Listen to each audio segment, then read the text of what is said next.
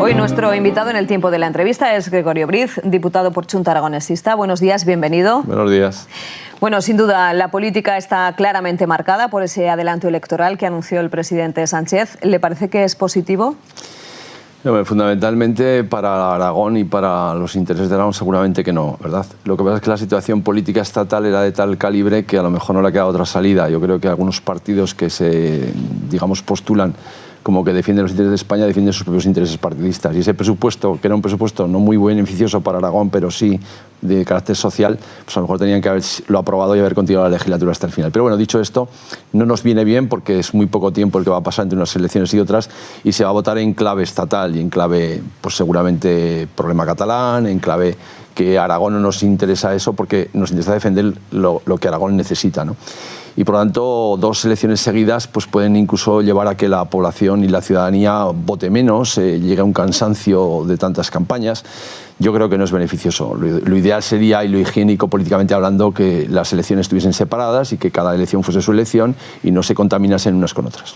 Bueno, el presidente de su partido lanzó una propuesta para ir en coalición con los partidos de izquierda. El secretario general del Partido Socialista Aragonés parece que lo veía poco probable. Dijo que es una decisión que se toma en la presidencia de su partido. Pero en cualquier caso, queda una semana, prácticamente la semana que viene, se tiene que tomar ya esta decisión. ¿Cómo ve esta situación desde su partido, desde Chunta Aragonesista?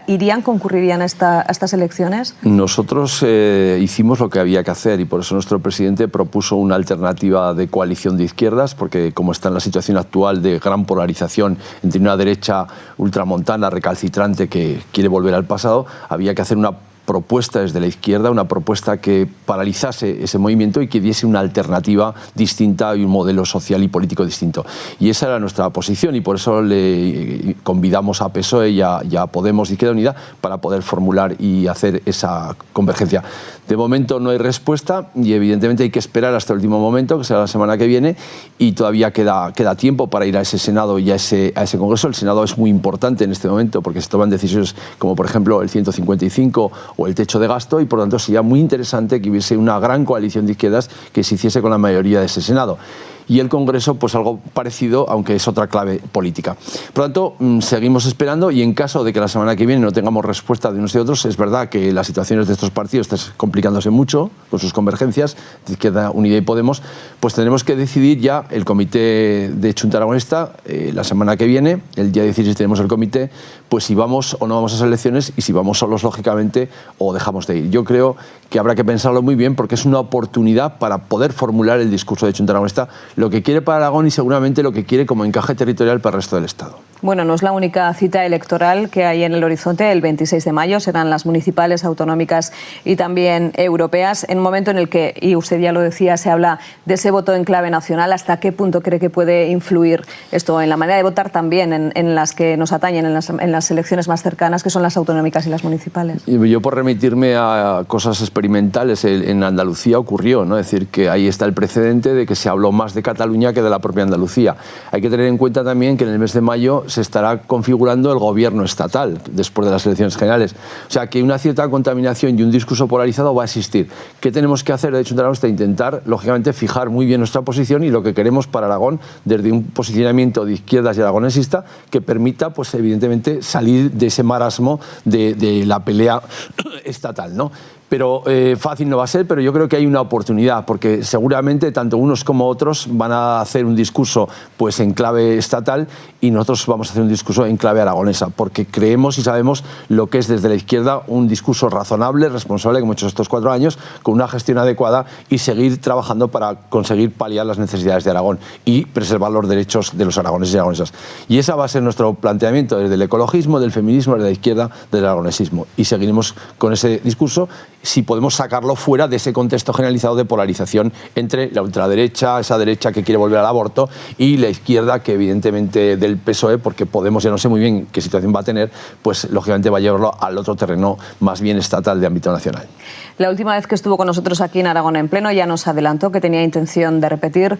Va tercero en esas listas por Chunta Aragonesista en las elecciones autonómicas.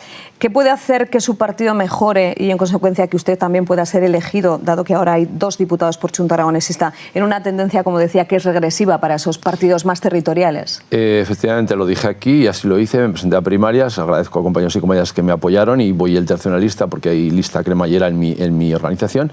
Y bueno, pues yo voy a seguir trabajando con Pepe Soro y con Isabela Sobras y Carmen Martínez, que somos los primeros que listas, y Adrián Tello, lo que están ya decididos para conseguir mejorar los resultados. ¿Cómo vamos a mejorar los resultados? Pues con lo que he dicho anteriormente, con un discurso de izquierdas, aragonesista, feminista, ecologista y, por supuesto, que busque defender los derechos y las necesidades de Aragón. No en clave Cataluña, no en clave Madrid, no en clave de cosas que no interesan a los aragoneses. Y nosotros creemos que lo que hemos hecho durante estos 4 años en todas las instituciones que hemos estado y en el Gobierno de Aragón se ha demostrado que es una izquierda responsable, comprometida y que además ha hecho las cosas de una manera sensata.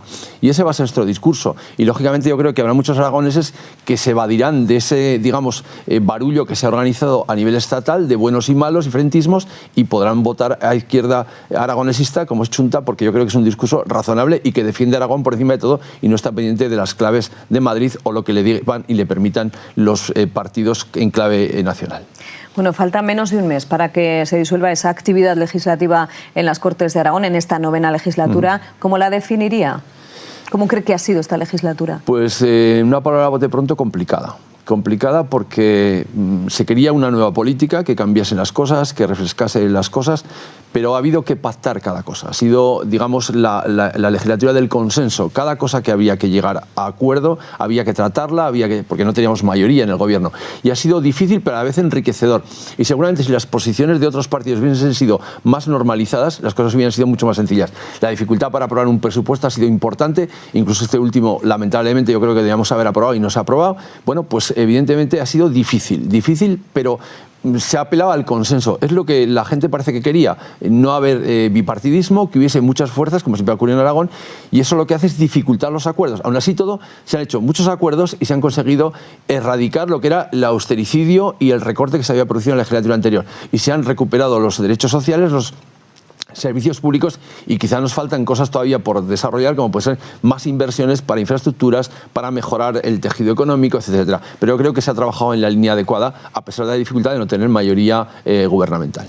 Dentro de esa línea adecuada, ¿cómo valora también el trabajo que han desarrollado los socios de gobierno Chunta Aragonesista, partido con 2 diputados, y el Partido Socialista como gobierno? Yo creo que se ha hecho un importante trabajo. Se dijo que se iba a recuperar socialmente los servicios públicos, los derechos que había, sanidad, educación, el tema social, dependencia. Se ha hecho una labor importante en temas relacionados con nuestro departamento, el tema de vivienda, de política lingüística, el Canfran, las infraestructuras. Yo creo que se ha hecho un buen trabajo y ha habido algunas discrepancias entre el Partido Socialista y Chunta Aragonista, como puede ser las estaciones de esquí, o puede ser el tema de modelo comarcal, o puede ser el tema de los embalses, pero bueno, eso es un tema menor y en la mayoría ha habido bastantes sinergias y hemos aprobado unos presupuestos de acuerdo porque pensábamos que había que hacer una apuesta importante por lo social y lógicamente es lo que se ha hecho. Desde el Gobierno de Aragón ha crecido muchísimo la sanidad, la educación, los derechos sociales y en eso nos sentimos también copartícipes. Quizá no ha habido dinero para todo. También es verdad que la estabilidad presupuestaria estaba muy complicada. Había un 2% de déficit cuando entramos. Ahora posiblemente se llegue incluso este año a cumplir el déficit con un 0,4%. Por lo tanto, yo creo que se ha hecho un esfuerzo muy importante y bueno, pues hemos trabajado en esa línea. ¿Que hay cosas por hacer? Evidentemente, faltaría quizá otra legislatura y sería interesantísimo reeditar nuevos gobiernos de izquierdas, por supuesto, más estables si pudiera ser. Y ahora que cada uno empieza su camino ya por separado para ir a esas elecciones, ¿cómo es su relación con el Partido Socialista?